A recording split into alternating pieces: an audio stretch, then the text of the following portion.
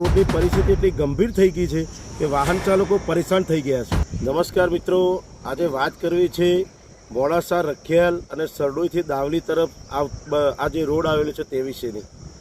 આજે અત્યંત દુઃખ સાથે કહી શકાય કે સરડોઈથી દાવલીનો જે જિલ્લા પંચાયત હસ્તકનો જે રોડ બનેલો છે તેની પરિસ્થિતિ અત્યારે બિલકુલ બિસ્માર થયેલી છે। આ રોડ સરડોઈથી દાવલી નેશનલ હાઈવેને જોડતો રોડ છે। અહીંયાથી ઘણા બધા વાહન અહીંયાથી પસાર થતા હોય છે, પણ છેલ્લા 7-8 મહિનાથી આ રોડની પરિસ્થિતિ એટલી ગંભીર થઈ ગઈ છે કે વાહન ચાલકો પરેશાન થઈ ગયા છે। રોડ ઉપર એટલા બધા મસ્ત મોટા ખાડા પડી ગયેલા છે કે આ બાબતને લઈને અમે ઘણા સમય એટલે ઓછામાં ઓછા 2 થી 3 મહિના પહેલાં દાવલી મુકામે આ રોડનું સમારકામ થાય, ફરી આ રોડની મરામત થાય એના માટે પ્રતિક ધરણા પણ કરેલા। વારંવાર જિલ્લા કોંગ્રેસ તરફથી આજે ના અધિકારીઓ જે છે, જિલ્લા પંચાયત હસ્તકના જે અધિકારીઓ છે એમને લેખિત અને મૌખિક પણ જાણ કરેલી, છતાંય આજ દિન સુધી આ રોડનું કામ શરૂ થયું નથી। જે તે કોન્ટ્રાક્ટરને જે કામ સોંપેલું છે તેમને અધિકારીઓ જ્યારે આજે ટેલિફોનિકમાં વાત કરી ત્યારે એવું કહેવામાં આવ્યું કે અમે નોટિસ બજાવેલી છે। શું નોટિસ બજાવવાથી આ રોડ તૈયાર થઈ જાય છે?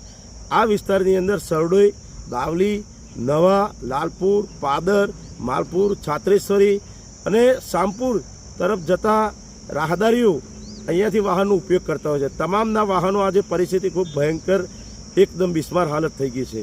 આજે મેં ટેલિફોનથી જિલ્લા પંચાયતની અંદર આરએનબી વિભાગના અધિકારી સોલંકી સાહેબને ટેલિફોનથી વાત કરી કે તમે વાત કરી કે ટૂંક સમયમાં આ રોડનું કામ ચાલુ થશે।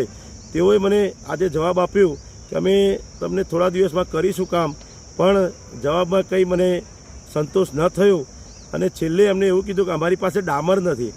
આ જવાબ ન કહેવાય। ડામર લાવો, શું કરવું, રોડનું કામ કરવું એ તમારી જવાબદારી બને છે।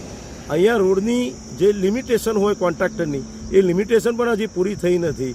ખાડા કઈ જગ્યાએ પૂરવા એ પ્રશ્ન ઊભો થયો છે। આજે એટલા રોડ ઉપર ખાડાઓ પડી ગયા છે કે રોડ નવો નહીં બને તો ખાડા પૂરવાથી પણ આ કામ પૂરું થયું નથી, જેથી કરીને આજુબાજુના તમામ વિસ્તારના અહીંયાથી પસાર થતા રાહદારી વાહન ચાલકોની મારી વિનંતી છે કે આપણે આ બાબતને લઈ અને જે તે જિલ્લા પંચાયતના અધિકારીને આ બાબતને લઈને આપણે રજૂઆત કરીએ અને ટૂંક સમયમાં ઝડપથી આ રોડનું કામ ઝડપથી થાય એવી મારી આપ સૌને નમ્ર વિનંતી। જય હિન્દ, જય ભારત।